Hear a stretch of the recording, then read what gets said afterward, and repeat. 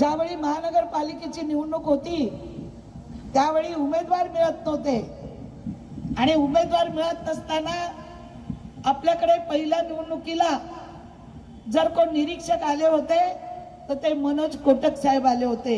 त्यासाठी जोरदार टाळ्या झाल्या।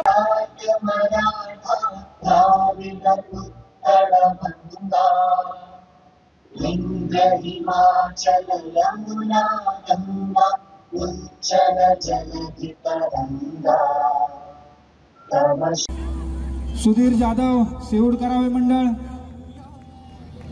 भास्कर यमगर नेरूळ पश्चिम, कुणाल महाडिक नेरूळ पूर्व,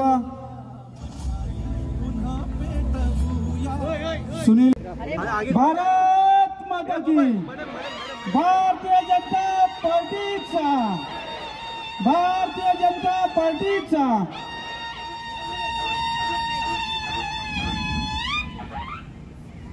वरिष्ठ बीजेपी नेता मनोज कोटक व एमएलए मंदा महात्रे ने नवी मुंबई जिलाध्यक्ष राजेश पाटिल का किया सत्कार।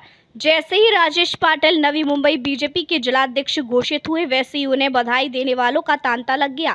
गुरुवार को विधायक मंदा महात्रे द्वारा नेरुल के शिरवणे विद्यालय जूनियर कॉलेज में आयोजित नवनियुक्त जिलाध्यक्ष व मंडल अध्यक्ष के सार्वजनिक सत्कार समारोह में वरिष्ठ बीजेपी नेता मनोज कोटक के हाथों राजेश पाटिल ने नियुक्ति पत्र ग्रहण कर अपना पदभार संभाला। इस दौरान राजेश पाटिल सहित सभी नवनियुक्त पदाधिकारियों को सम्मानित किया गया।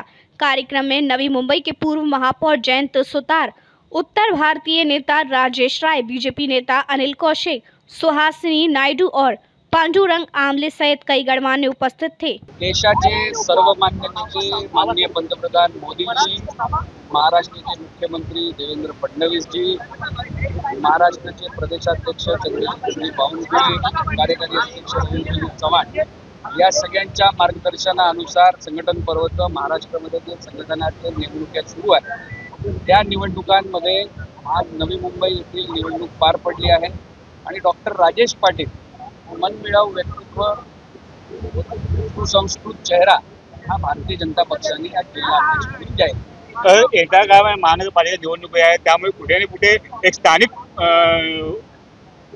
जिल्हाध्यक्ष दिलेले आहेत असं म्हणतात। मुळात आदरणीय गणेशजी नाईक असतील, आदरणीय मंदाताई म्हात्रे असतील, रामचंद्र धनत असतील यांच्या नेतृत्वात भारतीय जनता पक्षाचं बळकटीकरण हे खूप मोठ्या प्रमाणात नवी मुंबईमध्ये झालेलं आहे। जनतेचा आशीर्वाद आणि कार्यकर्त्यांचा प्रतिसाद हे सगळं पाठबळ हे राजेशजी पाटील यांच्या मागे आहे। त्यामुळे नवी मुंबई महानगरपालिकेच्या निवडणुकीत भारतीय जनता पक्षाचा निश्चित महापौर आणि त्या रचनेच्या माध्यमातून जिल्हाध्यक्ष म्हणून माझी निवड झालेली आहे। ही निवड त्या ठिकाणी झाल्यानंतर मला आता या ठिकाणी संघटनात्मक रचना ही पहिल्यांदा त्या ठिकाणी करणं आमचे गरजेचे आहे आणि ती ह्या 15 ते 20 दिवसामध्ये करण्याचा माझा प्रयत्न असेल। मग याच्यामध्ये जिल्ह्याची कमिटी असेल, तालुका मंडळ स्तरावरची कमिटी असेल, बूथ स्तरावरची कमिटी असेल, ह्या गोष्टी आम्हाला करणं अपेक्षित आहे। कारण ह्या गोष्टींचा आधार घेऊनच आम्हाला त्या ठिकाणी महापालिकेच्या निवडणुकांना सामोरं जायचं आहे। निवडणुकांना सामोरे जाताना त्या ठिकाणी आपल्याला मतदारांचा अभ्यास लागतो, कुठल्या समस्या त्या ठिकाणी आहेत, गावगावठाणांच्या समस्या आहेत, या ठिकाणी झोपडपट्टीवासियांच्या समस्या आहेत, त्या ठिकाणी शहरवासियांच्या अल्पोत्पन्न गट आणि इतर घटकांच्या देखील समस्या आहेत। या समस्या सोडवताना माझी आपले मंत्री महोदय सन्मान्य गणेशजी नाईक साहेब त्या ठिकाणी अग्रेसर आहेत, तेही सोडवण्याचा प्रयत्न करतात। आपल्या लाडके आमदार मंदाताई म्हात्रे ह्या देखील वेळच्या वेळेवर त्या ठिकाणी शासन स्तरावर ह्या समस्यांबाबत त्या ठिकाणी निराकरण करण्याच्या दृष्टिकोनातून प्रयत्न करतात। आता जिल्हाध्यक्ष म्हणून माझी देखील जबाबदारी आहे, ज्या ज्या विभागामध्ये ज्या समस्या आज त्या ठिकाणी अजूनही काही प्रलंबित आहेत त्या समस्या सोडवण्याच्या दृष्टिकोनातून आम्ही त्या ठिकाणी प्राधान्य देणार आहोत। पण महापालिकेच्या निवडणुका कधीही झाल्या तरी सुद्धा भारतीय जनता पार्टी नवी मुंबईमध्ये सक्षम आहे। कार्यकर्त्यांचं मोठं बळ असलेली पार्टी आहे।